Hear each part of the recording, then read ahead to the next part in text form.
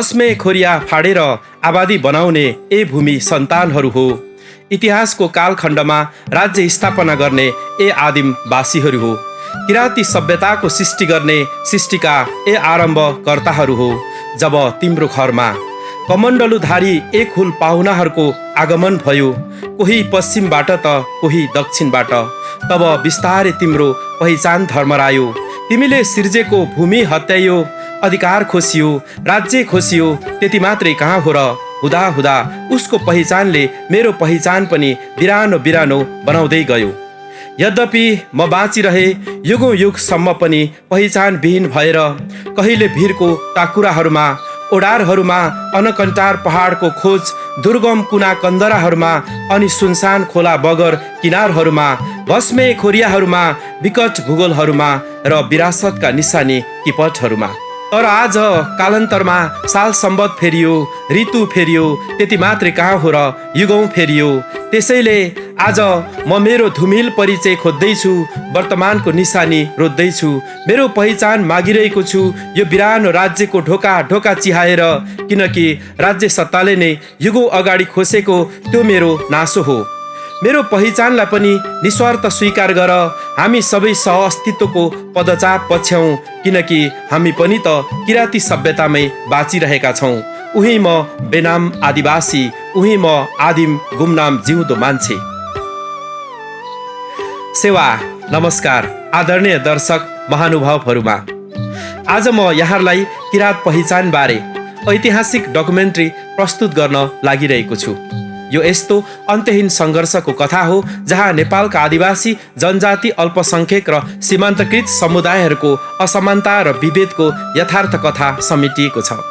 यसको अन्त्यको समग्र पाटो त बाँकी छँदैछ। यद्यपि पहिचानको लागि यो राज्यसँग लडेको पनि युगौँ भयो। यस डकुमेन्ट्रीमा आदिवासी किराँत पहिचानको लागि गरिएका विद्रोहहरू, आन्दोलनका ऐतिहासिक श्रृङ्खलाहरू, महत्त्वपूर्ण सङ्घर्षहरू, संविधानमा प्रदत्त गरेका संवैधानिक व्यवस्था, विगतदेखि वर्तमानसम्म प्राप्त गरेका उपलब्धिहरू र अबको पहिचानी आन्दोलनको बाटो कतातिर हो त भन्ने आदि विषयहरू यस डकुमेन्ट्रीमा प्रस्तुत गरिएको छ।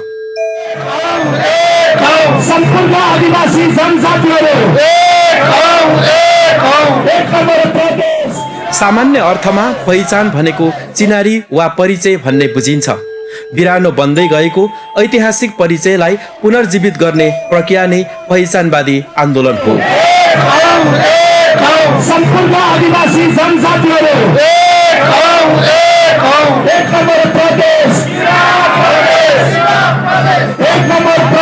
इतिहास सिद्ध तथ्य के हो भने आजसम्म नेपालमा जे जति पहिचानवादी आन्दोलनहरू भए, यद्यपि पहिचानको मुद्दा पेचिलो हुँदा हुँदै पनि शिथिल बन्दै गएको छ।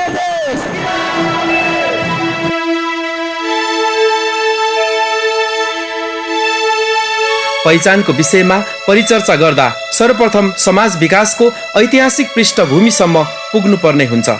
म यहाँहरूलाई समाज विकासको ऐतिहासिक पृष्ठभूमि र घटनाक्रमतर्फ डोर्याउन चाहन्छु।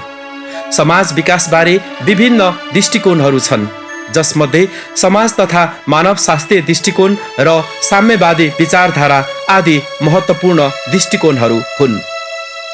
समाज विकासको क्रमलाई हेर्दा यसका विभिन्न चरणहरू छन्। आदिम साम्यवादी युग, सिकारी तथा कन्दमूल सङ्कलनमा आश्रित समाज। यो समाज भनेको कुनै पनि वर्ग, जाति, धर्म, राष्ट्र आदि विहीन मानव सृष्टिको आरम्भकाल हो। यस युगमा सबै मानवहरू समान थिए। दास युग, यस युगमा मालिक तथा दास बीचको अन्तर्विरोध थियो। बिस्तारै बिस्तारै बलियाहरूले कमजोरहरूमाथि शासन गर्न थाले।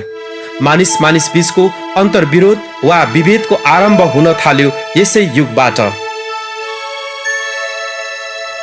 सामन्तवादी युग, यो युग भनेको कृषि युगको आरम्भ हो। यस युगमा भूदास र भूमिपति बीच अन्तर्विरोध थियो। यस युगबाट पशुपालनको थालनी, महिला र पुरुष बीचको श्रम विभाजनसँगै भूमिका पनि फरक फरक हुन थाल्यो। पुँजीवाद वा एकाधिकार पुँजीवाद युग, यो युग औद्योगिक समाजको युग हो। यस युगमा विशेष गरेर पुँजीपति र मजदुर वर्ग, हुने खाने र हुँदा खाने बीचको अन्तर्विरोध हुन्छ। यसको मूल चरित्र भनेको साम्राज्यवाद, उपनिवेशवाद हुँदै नव उपनिवेशवाद, भूमण्डलीकरण, निजीकरण, उदारीकरण, अर्थतन्त्र आदि हुने गर्दछ।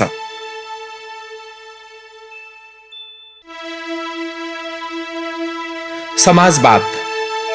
यस युगमा उत्पीडित वर्गको अधिनायकत्व हुन्छ। यस युगमा सबै मानवहरू समान हुन्छन्। यस युगको अन्त्यपछि पुनः साम्यवादी युग अर्थात् वर्गविहीन युगमा नै मानव समाज पुग्छ भन्ने सिद्धान्त रहेको छ, जहाँ प्रकृति र मानव बीच मात्रै अन्तर्विरोध हुने गर्दछ।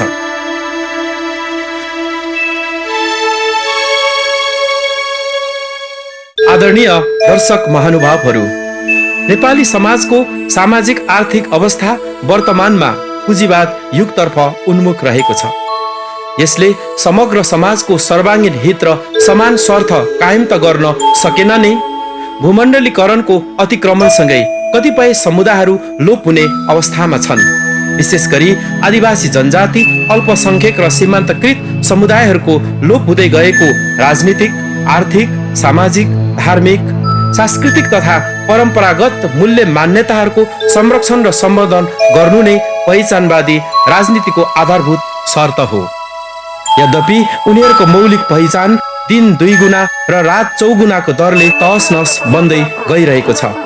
यसैको परिणाम स्वरूप किराँत पहिचानको रक्षार्थ आज यस देशका आदिवासीहरू किराँत भूमिमा आन्दोलित छन् र फरक फरक आयाममा किराँत पहिचानको लागि राज्य सत्तासँग आन्दोलन गर्दै आएका छन्।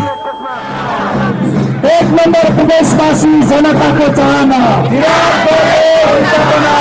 सम्पूर्ण किराँतीहरू, सम्पूर्ण आदिवासीहरू पहिचानका लागि श्रृङ्खलागत आन्दोलनहरू फरक फरक आयाममा। पहिचानवादी आन्दोलनको सुरुवात सन् 1970 को दशकबाट भएको देखिन्छ। नेपालको सन्दर्भमा पनि पहिचानको लागि लामो समयदेखि आन्दोलनहरू हुँदै आएका छन्, कहिले राजनीतिक, कहिले भाषिक र कहिले सांस्कृतिक रूपहरूमा।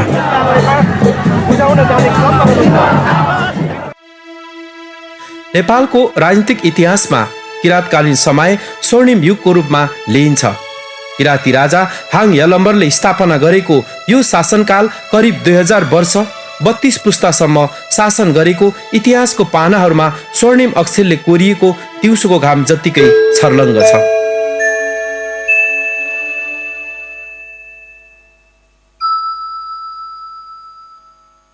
आदरणीय दर्शक महानुभावहरू, किराँत शासनकालमा नेपालको भौगोलिक सिमाना विशाल थियो। यद्यपि सन् 1816 को सुगौली सन्धिबाट यी भूभागहरू खुम्चेर वर्तमान सिमानासम्म आइपुग्यो। स्वर्णिम इतिहास बोकेको किराँती शासक र भारतको वैशालीबाट आएका लिच्छवीहरू बीच इस्वी सम्वत 75 देखि 100 मा भीषण युद्ध भयो यालखिम वर्तमान काठमाडौँ उपत्यकामा। यद्यपि युद्धपछि पनि अन्य भूभागमा भने किराँती शासन कायम नै रहेको थियो भन्ने यसको गतिलो प्रमाण त वल्लु किराँत, माझ किराँत र पल्लो किराँत भनेर वर्तमान समयसम्म पनि इतिहास र किराँतकालीन दस्तावेजहरूमा परिचित छ। यसको प्रमाणको रूपमा गोकर्ण, पटुक्दो, च्यासल, सागाभन्ज्याङ, दरबार डाँडा, किराँती छाप आदि सामरिक महत्त्वको ऐतिहासिक पुरातात्विक ठाउँहरू छँदैछ वल्लु किराँतमा अझै पनि। इतिहासकारहरूको स्रोत अनुसार काठमाडौँ उपत्यकामा मात्रै लिच्छवीहरूले युद्ध जितेका थिए। अन्य भूभागमा भने किराँती शासन कायम नै रहेको पाइन्छ। कालान्तरमा किराँत एउटा सभ्यतामा, पहिचान र भूगोलमा विकास भएको दिउँसोको घाम जत्तिकै छर्लङ्ग छ। इतिहास युद्ध जित्ने जातिहरूको मात्रै कोरियो, हार्नेहरूको कोरिएन कहिले पनि। नेपालको राजनीतिक घटनाक्रममा किराँतकाल, लिच्छवीकाल हुँदै मल्लकाल र शाहकालसम्म आइपुग्यो। विक्रम सम्वत 1820 मा पृथ्वीनारायण शाहले गोर्खा राज्य विस्तारको क्रममा वल्लु किराँत, चौकोट, धुलीखेलका राजा महेन्द्र सिंह राय र उनको भाइ नामसिंहलाई जित्न करिब 6 महिनासम्म युद्ध लडे। छल कपटपूर्ण आक्रमण गरिएको सो युद्धमा वल्लु किराँतको हार भयो। आफ्नो राजनीतिक पहिचानलाई गुमाउनु पर्यो। यद्यपि गुमेको राजनीतिक पहिचान प्राप्तिको लागि विद्रोहका आवाजहरू समुद्रको छाल झैँ विभिन्न आयामहरूमा एकपछि अर्को गर्दै निरन्तर उठिरह्यो। विक्रम सम्वत 1825 देखि 31 सम्ममा तत्कालीन पृथ्वीनारायण शाहले 52वटा गणराज्यहरूलाई खुनी आक्रमण गर्दै वर्तमान नेपालको सीमा रेखा कोरे। तत्कालीन किराँत प्रदेशमा मकवानपुर, चौडण्डी र विजयपुर गणराज्यहरू थिए। माझकिराँतमा अन्य गढीहरू मुक्लीगढी, तलुवागढी, चिसङ्कुगढी, खामतेलगढी, केपिलासगढी, डुम्रेगढी, मझुवागढी, हतुवागढी, पामाखाम्मागढी र पल्लो किराँतमा 8 लिम्बुवान प्रान्तमा विभाजित भई याक अर्थात् थुमहरू थिए। पछिल्लो समयमा हिन्दुकृत गरिएका यी गढी, कोटघर र किल्लाहरूलाई ऐतिहासिक पुरातात्विक साक्षीको रूपमा पाउन सकिन्छ अझै पनि। 1774 सम्ममा तपाईँले माझकिराँत ढुट्यायो र अरुणपूर्व पनि लागेछ। त्यहाँ लाग्दा सायद पृथ्वीनारायण शाह थकित भइसकेको जस्तो छ। उनी 75 मरि पनि गए। 1775 मा पृथ्वीनारायण शाह इस्वी सम्वतको 1775 मा मरे। त 74 मा ऊ लिम्बुवानसम्म त पुग्यो, चैनपुरसम्म। अर्को कुरा लिम्बुवानसित चाहिँ के भने लिम्बुवान चाहिँ एकदमै सुदूर पूर्वमा पर्यो।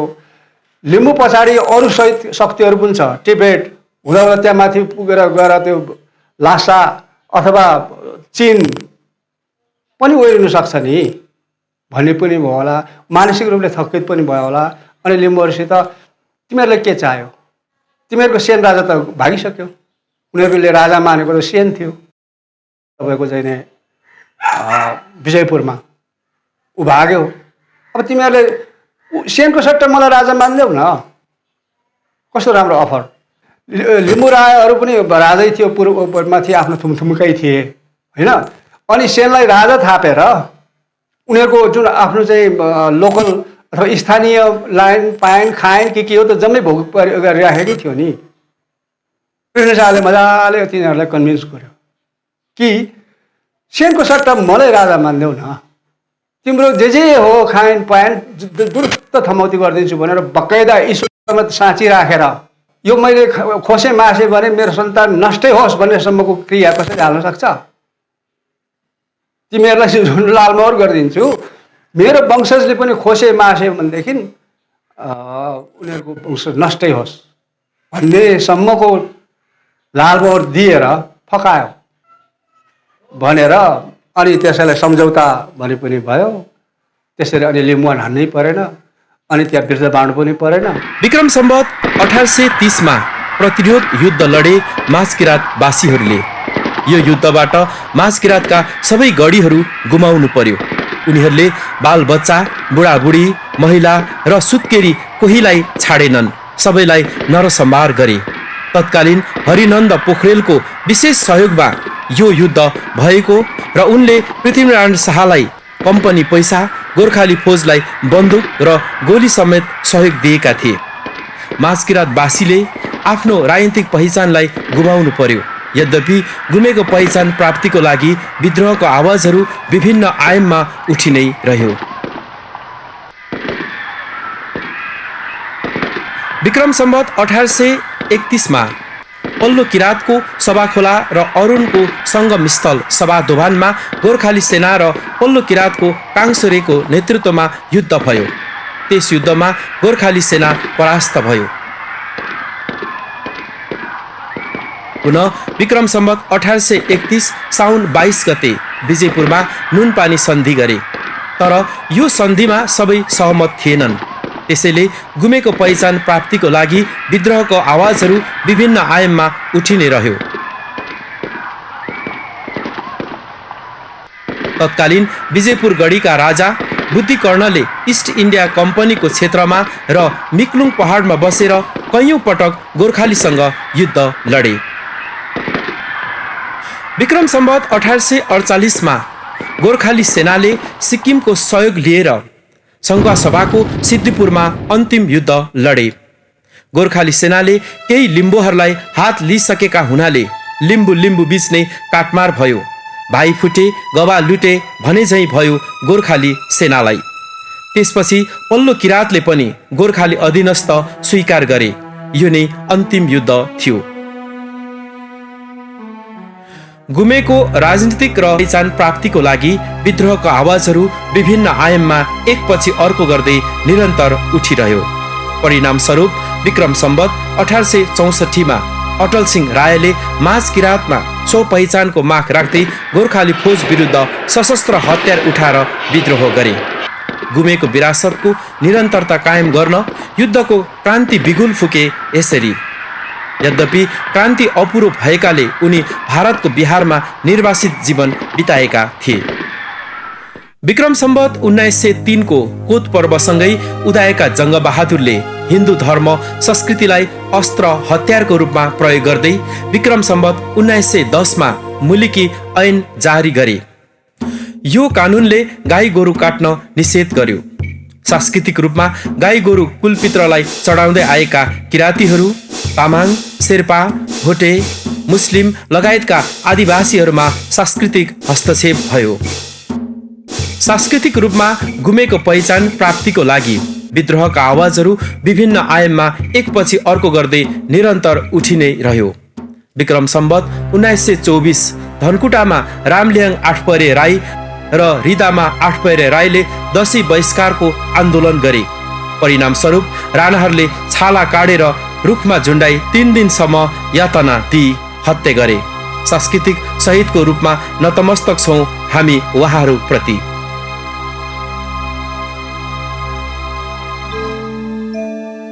विक्रम सम्वत 2007 सालमा जनक्रान्ति भयो राणा शासनको विरुद्धमा। जननायक रामप्रसाद राई र नारदमणि थुलुङको नेतृत्वमा मुक्ति सेना गठन गरी सशस्त्र युद्ध गरे। भोजपुर कब्जा गरी क्रमशः धनकुटा, दिक्तेल, ओखलढुङ्गा, चरीकोट, रामेछाप, सिन्धुली, धुलीखेल आदि ठाउँहरू राणा शासनबाट मुक्ति दिलाई समानान्तर सरकार गठन गरी 2008 सालमा केन्द्रीय सरकारलाई हस्तान्तरण गर्यो। जनध्वज राई, कीर्तिमान राई जस्ता सयौं व्यक्तिहरू शहीद भए। पल्लो किराँतमा गुमेको किपट भूमि फिर्ता गर्न विक्रम सम्वत 2007 सालमा जीबी याक्थुम्बा, बीबी च्याम्जोङ, ललित बहादुर तुम्बाहाम्फे, डगल सिंह थेगिम, गुन्जामान सुब्बा आदि काङ्ग्रेसमा प्रवेश गरी राणाहरूको अड्डा धनकुटा कब्जा गरे। यसरी गुमेको किपट भूमि प्राप्तिको लागि विद्रोहका आवाजहरू विभिन्न आयाममा कहिले वल्लो किराँत, कहिले माझ किराँत र कहिले पल्लो किराँतमा उठि नै रह्यो। विक्रम सम्वत 2008 सालमा जननायक रामप्रसाद राईको नेतृत्वमा सिंहदरबार विद्रोह भयो र उनले 24 घण्टासम्म नियन्त्रणमा लिए। तत्कालीन दिल्ली सम्झौताको विरोध, सच्चा प्रजातन्त्र, राणा शासन विरुद्ध लडेका जनमुक्ति सेनालाई राष्ट्रिय सेनामा समाहित गर्नुपर्ने, स्वायत्त राज्य अर्थात् किराँत स्टेट माग गरेका थिए। तथापि जननायक रामप्रसाद राईको अवस्था अहिलेसम्म पनि रहस्यकै गर्भभित्र रहेको छ। सार्वजनिक गर्नु कानुनी राज्यको दायित्व पनि हो।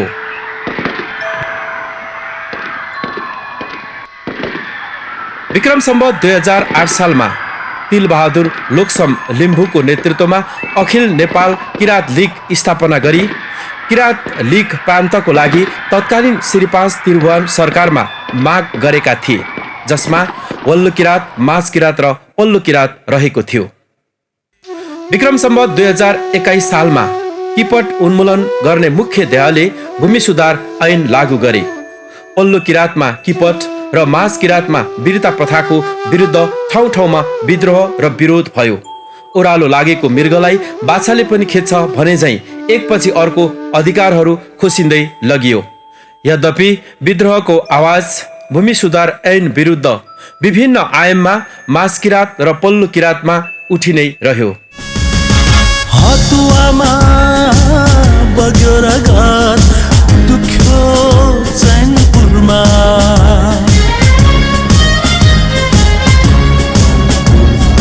हतुवामा बग्यो रगत दुख्यो चैनपुरमा, चौदण्डीमा हारौँ पहिले उठौँ विजयपुरमा, चौदण्डीमा हारौँ पहिले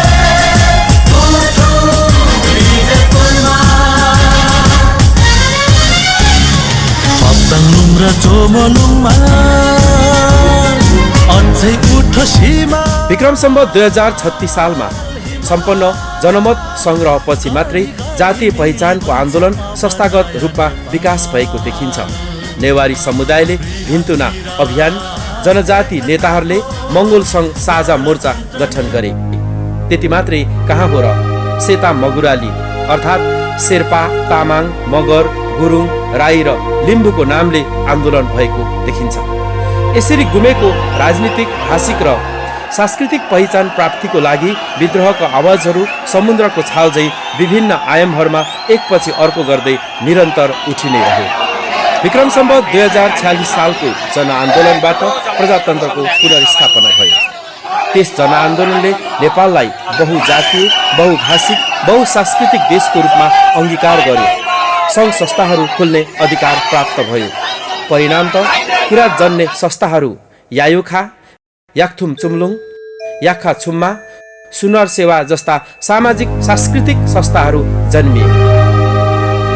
यसैको परिणाम स्वरूप विक्रम सम्वत 2048 सालमा नेपाल आदिवासी जनजाति महासङ्घको स्थापना भयो र आफ्नो भाषा, धर्म, लिपि, संस्कार र संस्कृति, सामाजिक र राजनीतिक विषयहरूमा हक अधिकार स्थापनाको लागि सडकदेखि सदनसम्म बुलन्द आवाजहरू उठाउँदै आएका छन्।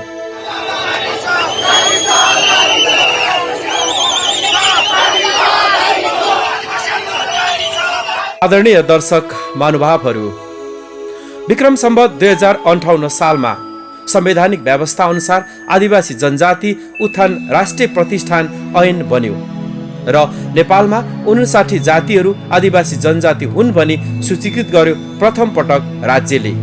र केही मात्रामा राज्यबाटै बजेटहरू पनि विनियोजन भयो। तर हात्तीको मुखमा जिरा भने झैँ भयो तमाम समस्या भएको आदिवासी जनजाति समुदायमा।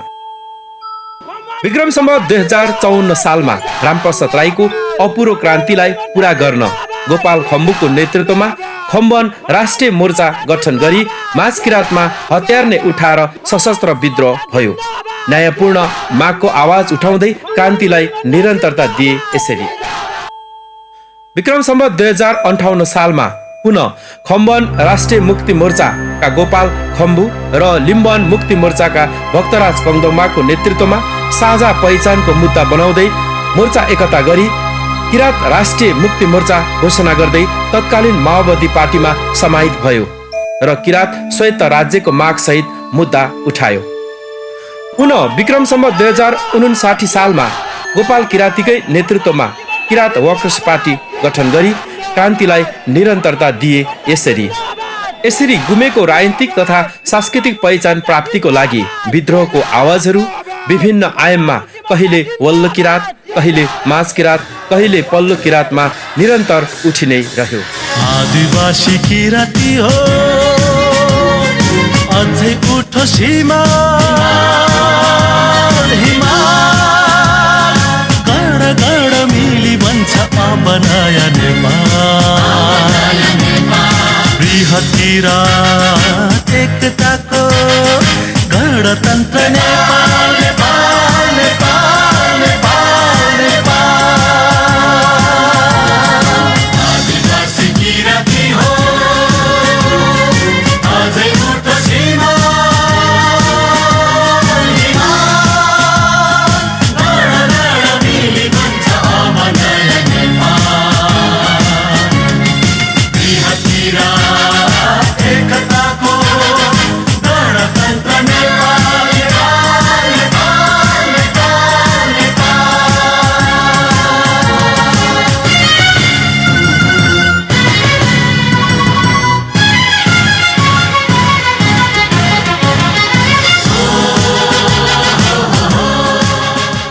पहिचान र मुक्तिको लागि विभिन्न राजनीतिक घटनाक्रमहरू भइ नै रहे।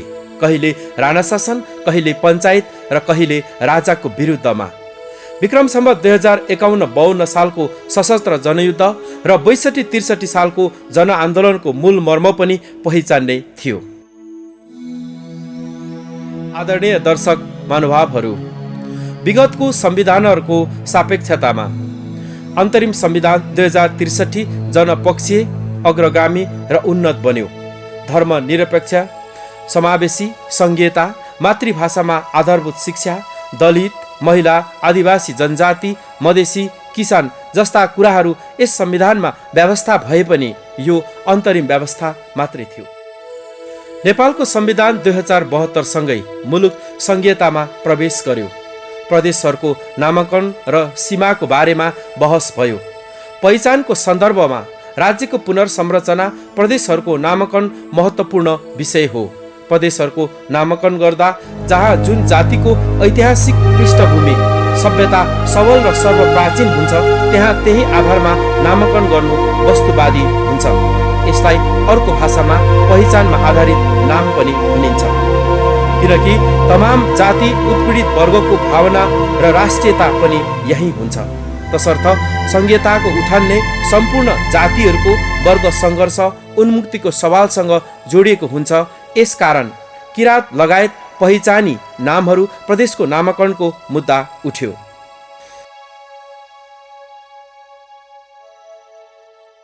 यसरी किरात पहिचान प्राप्तिको लागि विद्रोहको आवाजहरू समुद्रको छाल चाहिँ विभिन्न आयामहरूमा, कहिले सडकमा, कहिले सदनमा एकपछि अर्को गर्दै निरन्तर उठिरह्यो। तर नेपाली उखान हात्ती आयो खुस्सा भने झै अन्ततगत केन्द्रीय सरकारले नामाकरणको मुद्दा प्रदेश सरकारलाई जिम्मा लगायो। यसकारण 1 नम्बर प्रदेशको नाम किरात राख्दा उपयुक्त हुन्छ।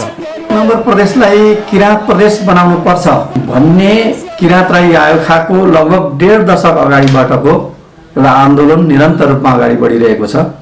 किरात प्रदेश किन 1 नम्बर प्रदेशको नामाकरण हुनुपर्छ भन्ने सन्दर्भमा केही यसका ऐतिहासिक आधारहरू यहाँ प्रस्तुत गर्न गइरहेको छु। किरात राई आयोखाले यो 4वटा आधारलाई निरन्तर रूपमा अगाडि बढाइरहेको छ र त्यो 4वटा आधारहरू के हुन् भने 1 नम्बरमा इतिहास, जुन ऐतिहासिक दस्तावेजहरूले 1 नम्बर प्रदेशको नाम किरात हुनु उपयुक्त हुन्छ भन्ने आधार प्रस्तुत गरेको छ।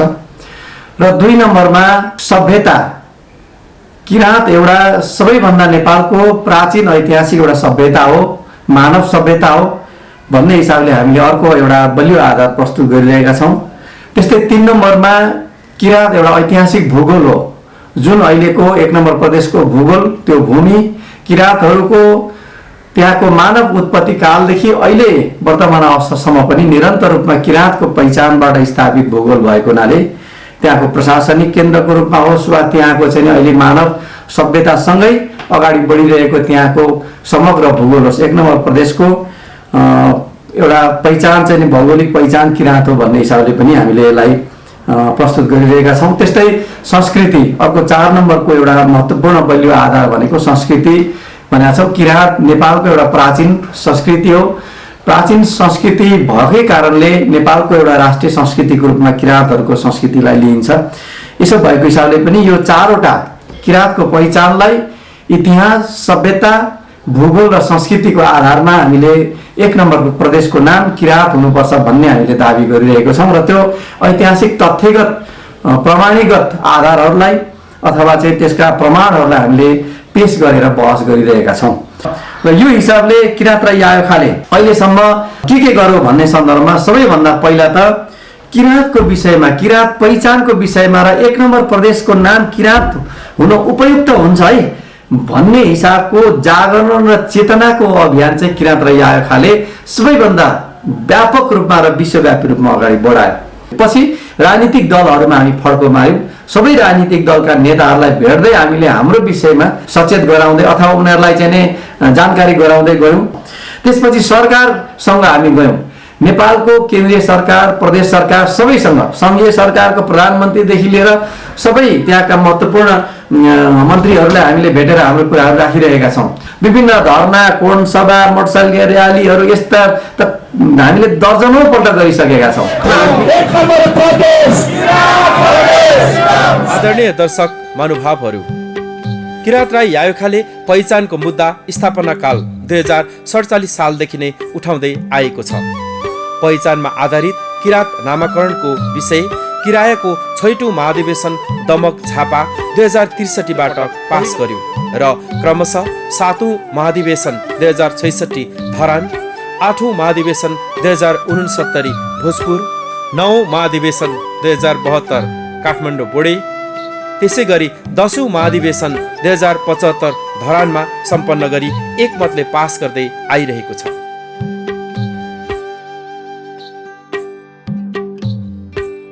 किराँत प्रदेश नामाकरणका लागि विभिन्न अभियानहरू सञ्चालन हुँदै आएको देखिन्छ।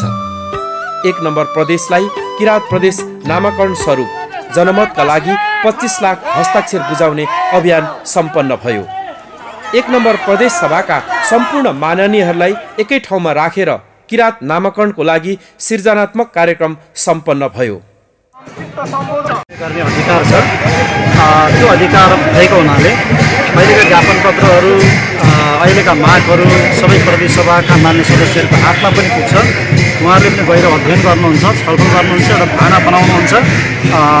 प्रदेश सरकारले, सभामुखले सहजीकरणको भूमिका खेल्ने हो, हामी त्यो सहजकर्ताको भूमिका खेल्छौँ। त्यसो भएर हामी विधि सम्मतबाट यी विषयहरूलाई हामी अन्तिम टेको लगाउँछौँ। प्रदेश नम्बर 1 लगायत अन्य प्रदेशहरूमा पनि विशाल मोटरसाइकल र्यालीको प्रदर्शन 1 नम्बर प्रदेशका राजधानी विराटनगर र बानेश्वर, काठमाडौँ अकुपाई आदि कार्यक्रमहरू सम्पन्न भयो। किराँतसँग पल्लो किराँत, पल्लो किराँत, माझ किराँत भनेर हामी बच्चा हुँदादेखि नै हामीले पनि सुनेका हौँ। यो सभ्यतासँग अपरिचित प्राय कोही छैन। संविधान अथवा संविधानको प्रयोग गर्दै प्रदेश सभाका माननीय सदस्यहरूले आफ्नो मत अनुसार यसको छिनोफानो गर्नुहुनेछ।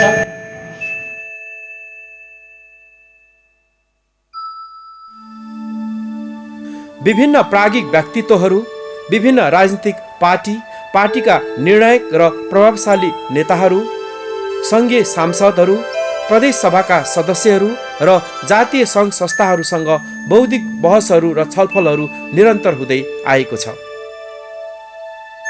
किराँत राई सांस्कृतिक कलाकार सङ्घबाट देशव्यापी रूपमा किराँत प्रदेश स्थापनाको लागि बृहत साङ्गीतिक कार्यक्रमहरू सम्पन्न हुँदै आएको छ।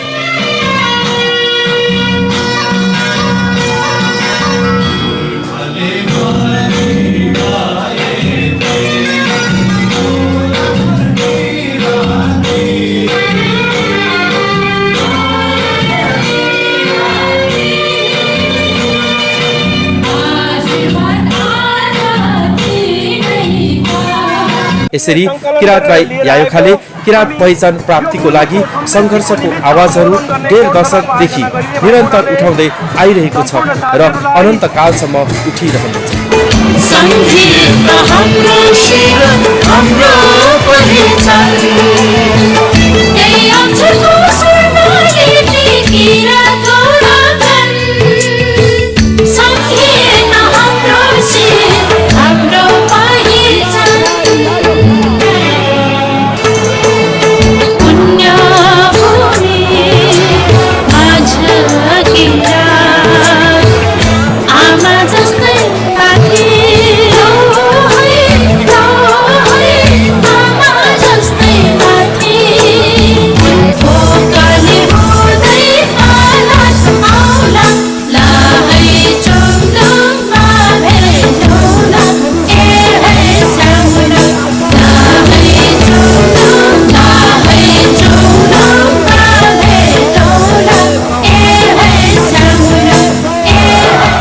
आदरणीय दर्शक महानुभावहरू, अब यहाँलाई एउटा प्रश्न उठ्न सक्छ, संघीयता भनेको के हो? वास्तवमा संघीयता भनेको उत्पीडित वर्ग, समुदाय, जातिलाई अधिकार सम्पन्न बनाउने शासकीय प्रक्रिया हो, जहाँ पहिचानलाई आधार मानिन्छ। पहिचानका विभिन्न आधारहरू छन्, जसमध्ये भाषिक तथा सांस्कृतिक मनोविज्ञान आधार पनि एक हो। किराँतलाई पहिचान गर्ने पहिलो आधार भनेको भाषा हो।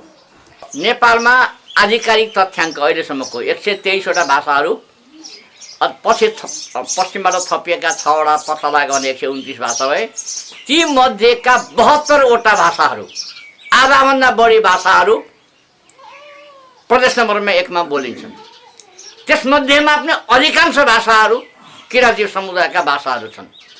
यसरी पहिचान र नै तपाईँको किराँतबाट भइरहेको छ। भाषिक पहिचान किराँतले दिएको छ, सांस्कृतिक पहिचान किराँतले दिएको छ भने अब त्यो भौगोलिक कारणले उनीहरूले राखेको प्रभाव नै यहाँ आउँछ भन्ने कुरा होइन।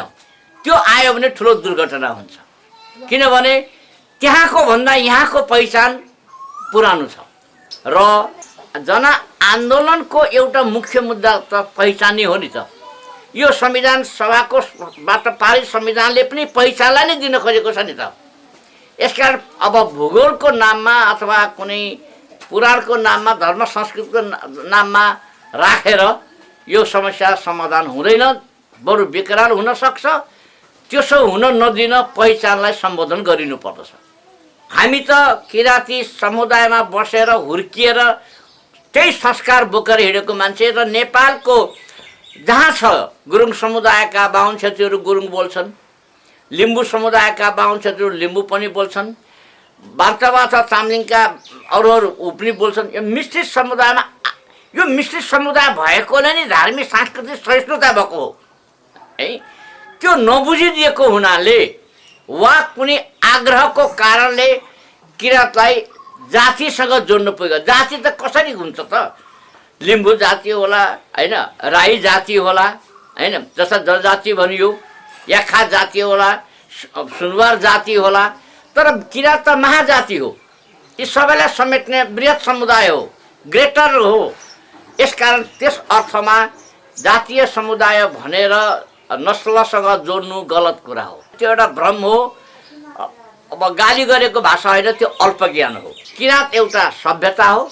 वाल्मिकीले ब्राह्मण कुलमा जन्मिए पनि किराँत सभ्यतामा म हुर्किएको हुँ भने उनले लेखेका छन् है। अब हाम्रो जातीय समुदायमा जन्मिनै बाहुन क्षेत्री राई लिम्बू मगर गुरुङ हुने संस्कार छँदैछ। त्यो त पहिचान आफ्नो ठाउँमा ठिक छ, तर एउटै ठाउँमा बसेर अर्काले गएपछि त्यो सभ्यता हुन पुगेन र। स्थापित इतिहास। किराँत ऐतिहासिक रूपले स्थापित इतिहास हो। आधुनिक नेपालको स्थापना हुनु पूर्व नै यहाँका आदिवासीहरूले किराँत सभ्यताको सुरुवात गर्दै करिब 2000 वर्ष राज्य सञ्चालन गरेको इतिहासमा प्रमाणित छ। लिच्छवी काललाई कसैले स्वर्णकाल भन्छन्। तामाको मुद्रा थिए, मानाङ्क मानदेव प्रभृति अरू र मुद्रा थियो। त्यसका अभिलेखहरू सुरुमा विक्रम सम्वत 1937मा भगवानलालले छाप्दाखेरि 15वटाबाट सुरु भएको थियो। अहिले झन्डै 240वटा जति पुगेको छ। त्यो मूलत संस्कृत भाषामा लेखिएको छ, तर पनि त्यहाँ केही शब्दहरू संस्कृतेतर भाषाका छन्। जस्तो मानदेवकै पालाको कुरा गरौँ, दिव्या कर्तव्यता बुद्ध्या प्रसादै रहे मग्रद शैलस्तम्भ क्रियारम्भे केदुम बाटो नियोजित। केदुम बाट शब्द त संस्कृत होइन। करका कुरा गरौँ, लिङ्गोल, माप्चोक, सोल्ल, त्यस्तै गरेर नदीका केही नामहरू, सोतोका नामहरू, वनका नामहरू इत्यादि कुराहरू संस्कृतेतर भाषामा छन्। त बग्रेल्ती पाइन्छन् र विशेष गरेर भाषाविदहरूले, भाषाका अध्ययन गर्ने आदरणीय विद्वानहरूले यसलाई किराँत परिवारको भाषा ठहराएका छन्। अर्को हाम्रो इतिहास पत्ता लगाउने भन्ने कुरा अहिलेभन्दा झन्डै 650 वर्ष अगाडि स्थितिराज मल्लको पालामा लेखिएको गोपाल राजवंशावली हो। त्यसले र शाहकालमा बनेका नेपाली भाषामा लेखिएका वंशावलीका विभिन्न संस्करण त्यसलाई नेपाली भाषामा लेखिएको हुनाले भाषा वंशावली भन्ने चलन पनि छ। तिनीहरूले लिच्छवी कालभन्दा पहिले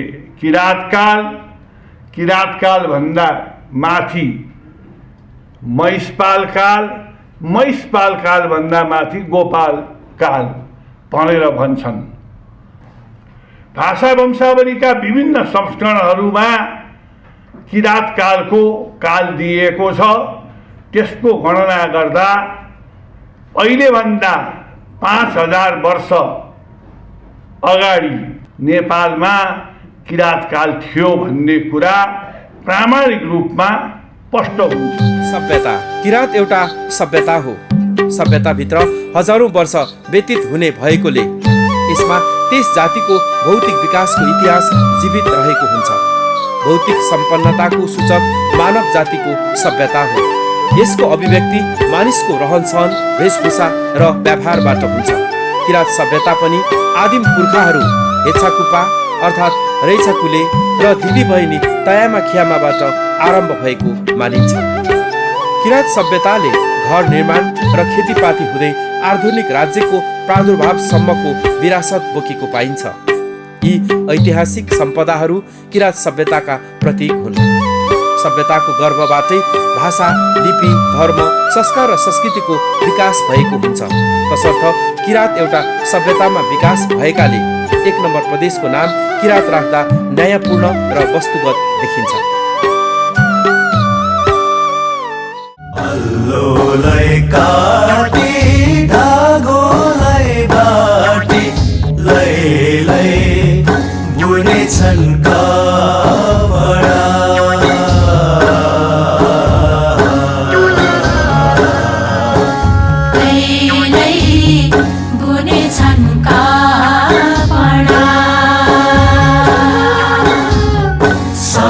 छ हाम्रो भव्य छ हाम्रो लै किराँती सभ्यता किराँती सभ्यता। आदरणीय दर्शक महानुभावहरू, पहिचानमा धर्म, संस्कृति र परम्परा मात्रै नभएर व्यापक राजनीतिक अर्थ अन्तर्निहित हुन्छ। यसमा कुनै पनि पछौटे समुदायको भाषा, लिपि, धर्म, संस्कार र संस्कृति, परम्परा, मूल्य, मान्यता र मनोविज्ञानको मात्रै वकालत हुँदैन र यो उत्पीडित जाति तथा समुदायको भावनासँग मात्र अन्तर्सम्बन्धित मुद्दा पनि होइन। समाजवादी अर्थमा पहिचान भनेको उनीहरूको समग्र हक र अधिकारहरूको सुनिश्चिततासँग जोडिएको राजनीतिक आन्दोलन हो। पहिचानको आन्दोलनलाई कुनै पनि खास समाजको समग्र आन्दोलन अन्तर्गतकै आंशिक आन्दोलनको रूपमा ग्रहण गरिन्छ। यो साङ्गोपाङ्गो मानव मुक्तिसँग जोडिएको हुन्छ। विश्वमा अहिले कहाँ कहाँ पहिचानको नाममा संहिता स्थापित भएको छ त? संहितामा 2 किसिमको, एउटा आबद्ध हुने र आबद्ध रहने। एउटा आबद्ध हुने भनेको चाहिँ तपाईँको कमिङ टुगेदर भनौँ, कमिङ टुगेदर र अर्को होल्डिङ टुगेदर, आबद्ध रहने। 2 प्रकारले चाहिँ के भनेदेखि त्यहाँ चाहिँ पहिचानलाई चाहिँ स्थापित गरिएको छ। तिम्रो हिजोको पहिचान के थियो त्यही आधारमा चाहिँ आउन त भन्दाखेरि अमेरिकामा चाहिँ फिलाडेल्फिया सम्मेलन मार्फत 13वटा राज्यहरू चाहिँ एक ठाउँमा आए हैन। तपाईँको स्विजरल्यान्डमा 4 जाति र 4 भाषाको आधारमा चाहिँ त्यहाँ चाहिँ नि के अरे पहिचानको आधारमा चाहिँ त्यो स्विजरल्यान्ड बन्यो, सङ्घीय प्रणाली बन्यो।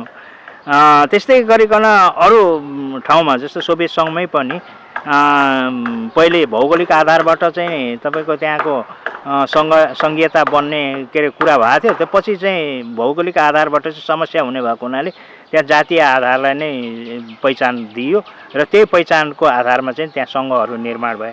अमेरिकामा कमिङ टुगेदर भयो हैन, तपाईँको स्विजरल्यान्डमा कमिङ टुगेदर भयो। यस्तै थुप्रै राष्ट्रहरू छन्। अब होल्डिङ टुगेदरमा पनि चाहिँ त्यो पहिचानलाई चाहिँ मान्यता दिएको छ। जस्तो के भनेदेखि तपाईँको भारतमै पनि भारत जस्तो देशहरू, स्पेन जस्तो देशहरू हैन, स्पेनमा त धेरै समस्या, अहिले पनि समस्या छ। क्याटालोनिया भन्ने चाहिँ नि समस्या त अझै पनि समाधान भइसकेको छैन, तर उनीहरू समाधान गर्ने कोसिस गरिरहेछन् स्वायत्तता दिएर। त्यहाँ चाहिँ तपाईँको जातकै कुराहरू चाहिँ पहिचानमा चाहिँ आएका छन्, अथवा भाषाकै कुराहरू चाहिँ पहिचानमा आएका छन्। भारतमा चाहिँ करिब 12वटा चाहिँ भाषिक राज्यहरू नै हो। भारतमा 2टै, एउटा कमिङ टुगेदर पनि, एउटा चाहिँ होल्डिङ टुगेदरको आधारबाट पनि गरिएको छ।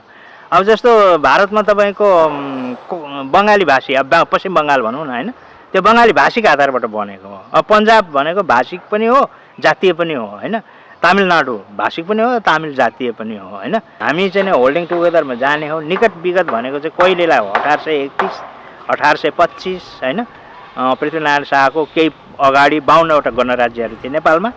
त्यो 52वटा गणराज्यहरूमध्ये किराँत सभ्यताको लाई चाहिँ पहिचानको रूपमा लिनुपर्छ भन्ने चाहिँ मलाई लाग्छ। वास्तवमा राजनीति अधिकार बिनाको भावनात्मक र प्राविधिक पहिचानकै भरमा उत्पीडित वर्ग, जाति र क्षेत्र उन्मुक्त हुन सक्दैन। अर्थात् पहिचान पदावली आफैमा बनी बनाऊ समाधान होइन। यद्यपि किराँत राई यायोखाले भने पहिचान मात्रै भए पनि एक कदम अगाडि बढाउने निष्कर्ष निकाल्दै यसलाई स्वीकार गरिरहेको छ। नेपालको इतिहास किराँत बिना सम्भवै छैन। चाहे हामी पौराणिक कालको कुरा गरौँ, महादेवसँग पुराणमा जोडिन्छ। चाहे हामी राजनैतिक प्रणालीको नायकको कुरा गरौँ, हाम्रो इतिहास यलम्बरसँग जोडिन्छ। चाहे हामी फिलोसफीको कुरा गरौँ, हाम्रो इतिहास र फिलोसफी मुन्दुङसँग जोडिन्छ। चाहे आधुनिक नायकको कुरा गरौँ, हाम्रो इतिहास रामप्रसाद राई जस्ता राष्ट्रिय विभूतिसँग जोडिन्छ। त्यसैले यदि कसैले किराँतलाई साम्प्रदायिकता र जातिवादको कुरा गर्यो भने त्योभन्दा अज्ञानी र मूर्ख नेपालमा अर्को हुनै सक्छ। यो हाम्रो इतिहास हो, हाम्रो सभ्यता हो, हाम्रो संस्कृति हो, हाम्रो जीवन प्रणालीसँग जोडिएको कुरा हो। यति भनिसकेपछि मलाई लाग्छ मैले धेरै व्याख्या गरिरहनु पर्दैन। अहिले 1 नम्बर प्रदेशको नामाकरणको कुरा छ। यो अरू सबैभन्दा विशिष्ट छ र यसको नाम किराँत नै रहनु पर्दछ भन्ने कुरामा हामी गम्भीर रूपले अहिले पार्टी र सरकारमा छलफलमा छौँ। मैले केही दिन अगाडि किराँतको कुरा गर्दा यदि हामीले जातिवादको कुरा ल्यायौँ भने त्यो ठुलो भुल हुनेछ। त्योभन्दा ठुलो भुल अरू हुनै सक्दैन।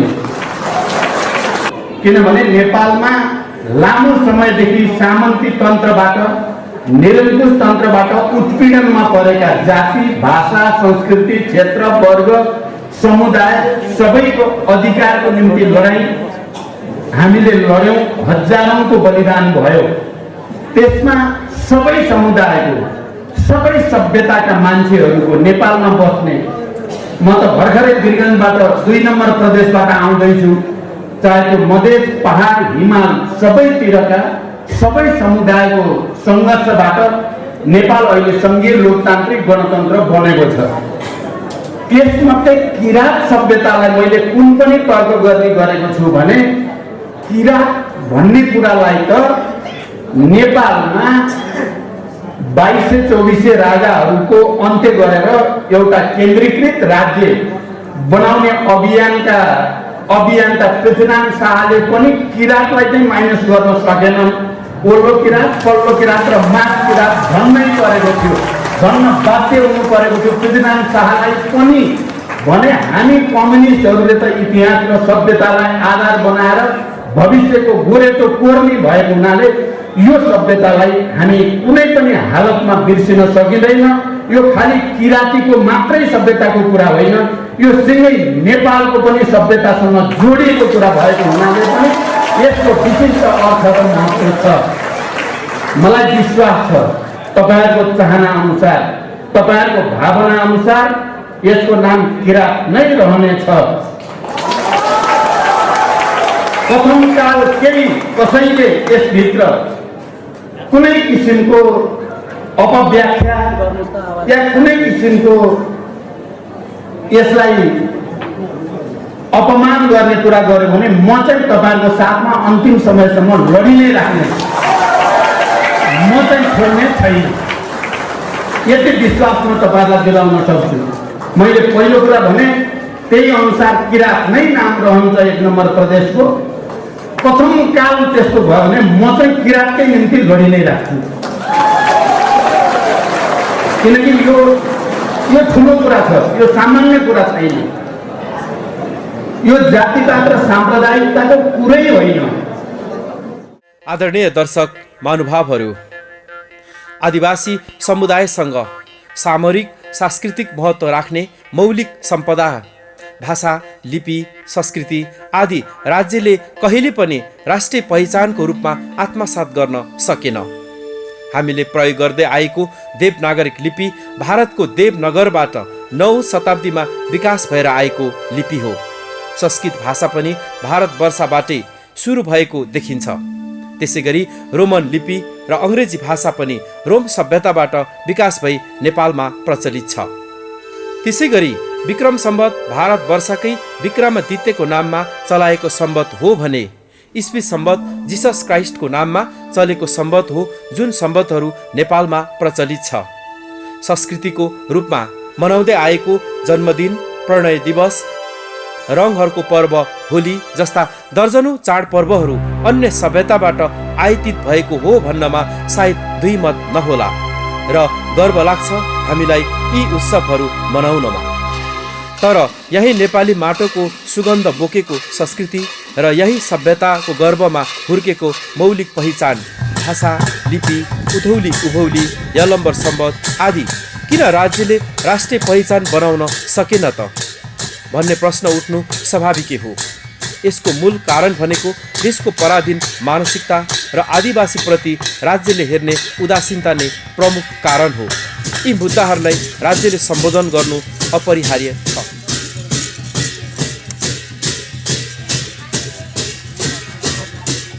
संवैधानिक व्यवस्थामा के छ र अबको पहिचानी आन्दोलनको बाटो कतातिर हो त? संघीय लोकतान्त्रिक गणतन्त्र प्रवेशसँगै जारी भएको नेपालको संविधान 2072ले संविधानको प्रस्तावनामा नेपाल एक बहुजाति, बहुभाषिक, बहुसांस्कृतिक देशको रूपमा उल्लेख गरे पनि यो संविधानले नेपालको आदिवासी जनजातिहरूको अपेक्षित उपलब्धिहरू हासिल हुन सकेन। 72 सालको संविधानमा चाहिँ प्रस्तावना हेर्ने हो भने त्यसको निर्देशक सिद्धान्तहरू अनि अरू धाराहरू पनि हेर्दाखेरि जनजातिको पहिचानको निमित्त धेरै कुरा नै गरे जस्तो देखिन्छ।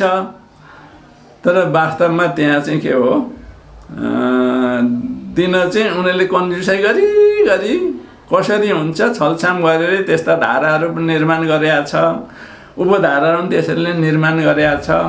तर आदिवासी जनजाति भनेर चाहिँ को जातहरू पर्छन्, जातिहरू पर्छन् भन्ने चाहिँ संविधानमा छैन। अनि त्यहाँ चाहिँ खस आर्य भनेर चाहिँ राखेको छ, प्रष्टसँगले राखेको छ। अनि त्यसको तल स्पष्टीकरण भनेर खस आर्यमा चाहिँ के हो, क्षेत्री, ब्राह्मण अनि ठकुरी अनि सन्यासी, 10 नामी सन्यासी भनेर उनीहरूको पहिचान चाहिँ के हो त्यो संविधानमा राख्यो प्रष्टसँगले है। चाहिएको त हामीलाई हो, हामीले मागे हो, तर उनीहरूले नमागेको उनीहरूको आफ्नो डाडुपन हातमा भएपछि उनीहरूले आफूले आफ्नो पहिचान त्यो संविधानमा राखे। संविधानमा भाषा हेर्दाखेरि चाहिँ के हो, धर्मनिरपेक्ष छ, तर यसलाई व्यवहारमा सरकारकै तर्फबाट, व्यक्तिको तर्फबाट अब के भयो, यसलाई निरपेक्ष रूपमा चाहिँ प्रयोग गरिएकै छैन। अझ कोही दल त के भयो, अझै हिन्दू धर्म स्थापित गर्नुपर्छ भन्छन् भनेर मान्छेको भावना कहाँसम्म रहेछ अझै पनि। त्यसले सापेक्ष बनाएर हिन्दू धर्म स्थापित गरेर आफ्नो स्वार्थ पूर्ति गर्नै खोज्या हुन्।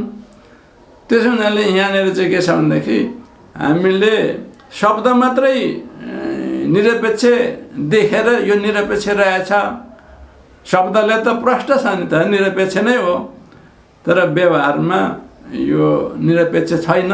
मुलुकमा उत्पीडित भएपछि न्याय खोज्न जाने त न्यायालय नै हो, अन्तत जाने ठाउँ छैन। कि त आन्दोलनै गर्नु पर्यो, विद्रोही गर्नु पर्यो, क्रान्ति नै गर्नु पर्यो। तर सजिलो राज्यले नै स्वीकृत गरेको न्यायको निमित्त त न्यायालय नै हो। तर समावेशी तरिकाले न्यायाधीशको नियुक्ति हुँदैछ है, त्यही उल्लेख छ संविधानमा। त्यस हुनाले न्यायाधीशको नियुक्ति चाहिँ त्यो बमोजिम संविधान बमोजिम नियुक्ति गरियोस् भनेर जाँदाखेरि पनि के भयो, नाथु एउटा कर्मचारीले चाहिँ के भयो दरपिट गरेर फ्यालिदिन्छ हाम्रो न्यायका मागको के पो उजुरीहरू, अनि कहाँ जाने त? अब गाह्रो परेन? बहुत गाह्रो छ यो। तर जुडिसियल एक्टिभिजमको राख्ने त्यस्ता चाहिँ अधिकारहरू उनीहरूले प्रयोग गर्ने न्यायसर पुग्यो भने नेसनल कोर्टबाटै पनि हामी पाउन सकिन्छ अधिकार त्यस्तो। अन्तर्राष्ट्रिय कानुनमा पहिचानबारे के व्यवस्था छ र अब पहिचान प्राप्तिको लागि कसरी जान सकिन्छ त? ILO 169 महासन्धिलाई विक्रम सम्वत 2064 भदौ 5 गते अनुमोदनको लागि विधायिका संसदमा पेश गरी सर्वसहमतिद्वारा पारित भयो र यो नेपालको कानुन सोसर लागू हुँदै आएको छ। आदिवासी जनजातिहरू को नेपालको सन्दर्भ भन्यो भने अब 3टा कानुन भयो। एउटा नेपालको राष्ट्रिय कानुन भनेको आदिवासी जनजाति उत्थान राष्ट्रिय प्रतिष्ठा ऐन 2058 र अन्तर्राष्ट्रिय श्रम सङ्गठन महासन्धि नम्बर 169 र अर्को चाहिँ आदिवासी अधिकार सम्बन्धी संयुक्त राष्ट्र सङ्घीय घोषणापत्र 2007 भनेर यो 3टा, 2टा अन्तर्राष्ट्रिय कानुन र एउटा राष्ट्रिय कानुन अहिलेसम्म हाम्रो नेपालमा आएको छ।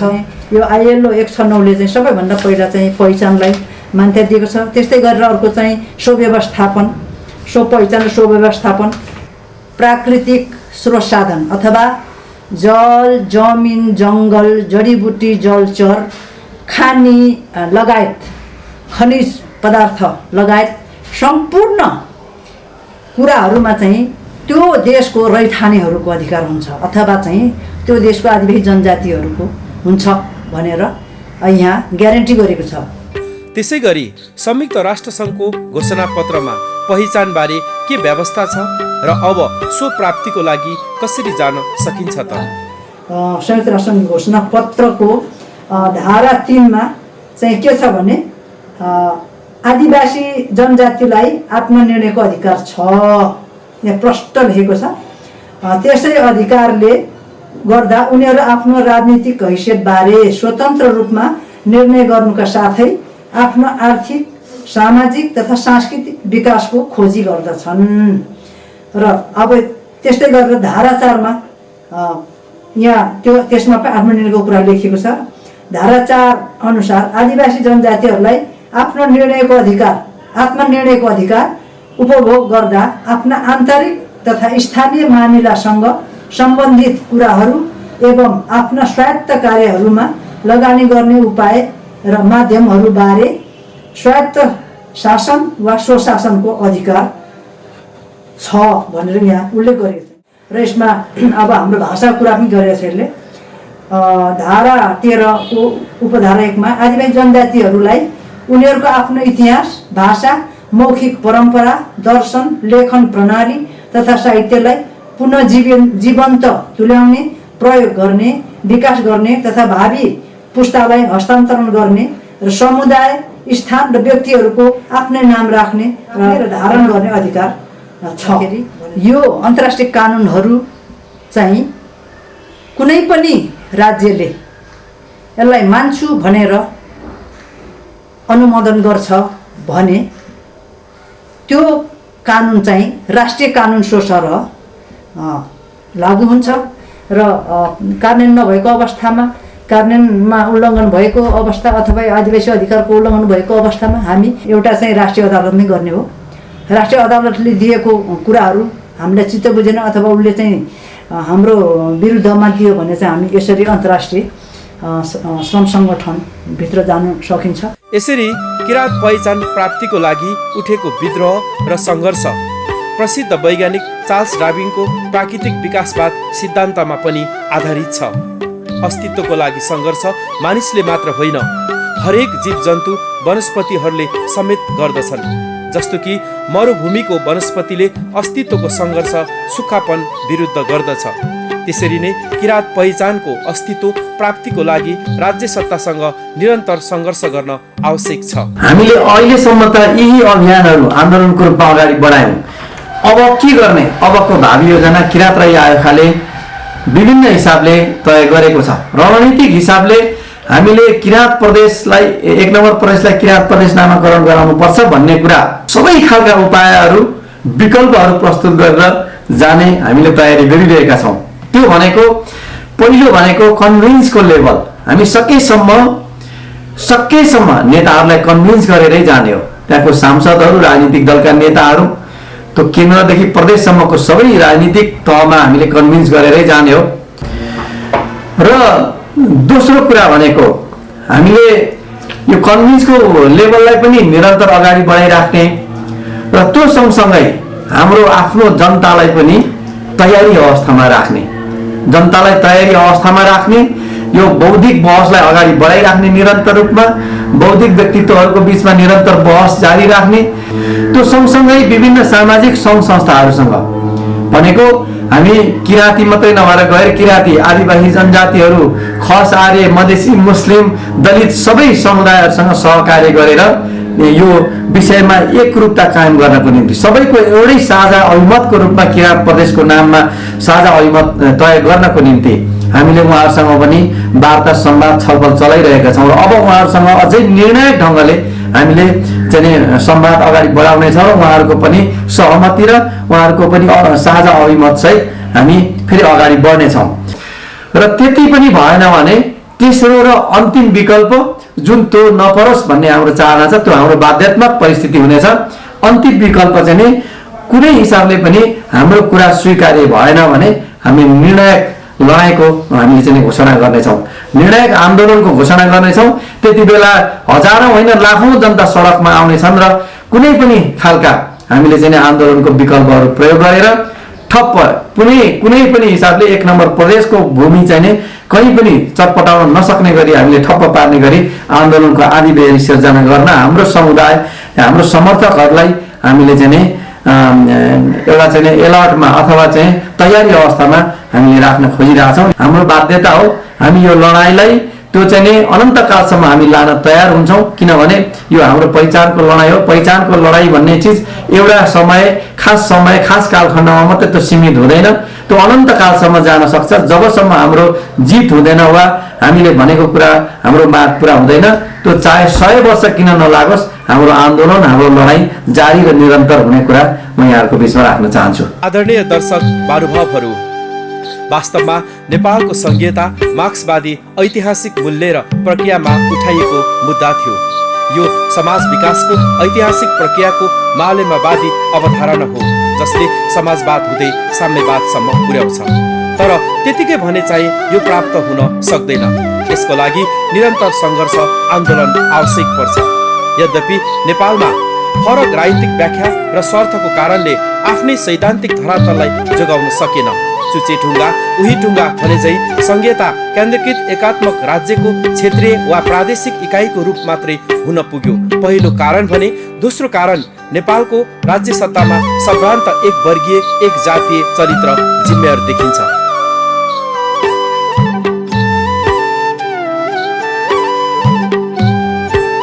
राज्य सत्ताको शक्ति, एकाधिकार एक वर्गीय र एक जातिमा केन्द्रीकृत भएकाले तमाम उत्पीडित जातिहरू उन्मुक्त हुन सकेका छैनन्।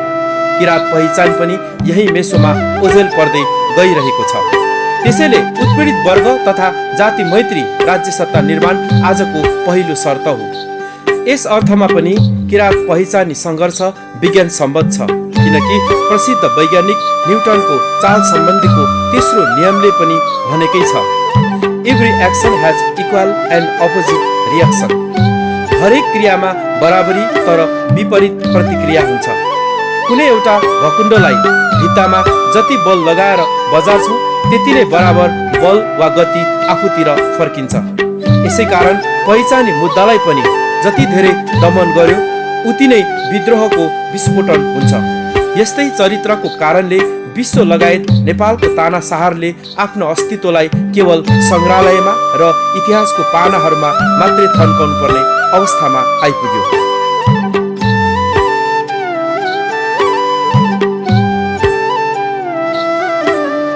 यसै गरी विश्वको पहिचानी आन्दोलन र अनेकौं विद्रोहका आयामहरूलाई नि हेर्न सकिन्छ। हिटलरले लाखौं यहुदीहरूलाई नरसंहार गरे पनि यहुदीहरूको पहिचानलाई नष्ट गर्न सकेन, बरु इजरायल देश जस्तो निर्माण गरी आफ्नो पहिचानलाई स्थापित गरेको देखिन्छ। गोराहरूले कालाहरूमाथि दमन गर्दा नेल्सन मण्डेला जस्तो मुक्तिदाताको जन्म भयो र युगौँदेखि भएको विभेदको अन्त्य गरे। पाकिस्तानमा पनि भाषिक पहिचानलाई दमन गर्दा भाषिक पहिचान कहिले दमन भएन, बरु बङ्गलादेश जस्तो समृद्ध राष्ट्र बनेको देखिन्छ। यी इतिहासलाई साँची राख्दै विद्रोहका अनेकौं रूपहरू हुन सक्छ। विद्रोह आफैमा भयङ्कर र निर्मम हुन्छ। राज्यले समयमा यी मुद्दाहरूलाई सम्बोधन गर्नुपर्छ, नत्र भने किराँत पहिचान प्राप्तिको लागि विद्रोहको आवाजहरू समुद्रको छाल झैँ विभिन्न आयामहरूमा एकपछि अर्को गर्दै उड्छ र अनन्त कालसम्म उठिरहनेछ। यो पुस्ताले गर्न नसके भावी पुस्ताहरूले गर्नेछन्। किराँत पहिचान प्राप्त नभएसम्म यो सङ्घर्ष अन्त्यहीन यात्रा हुनेछ। सेवा, नमस्कार।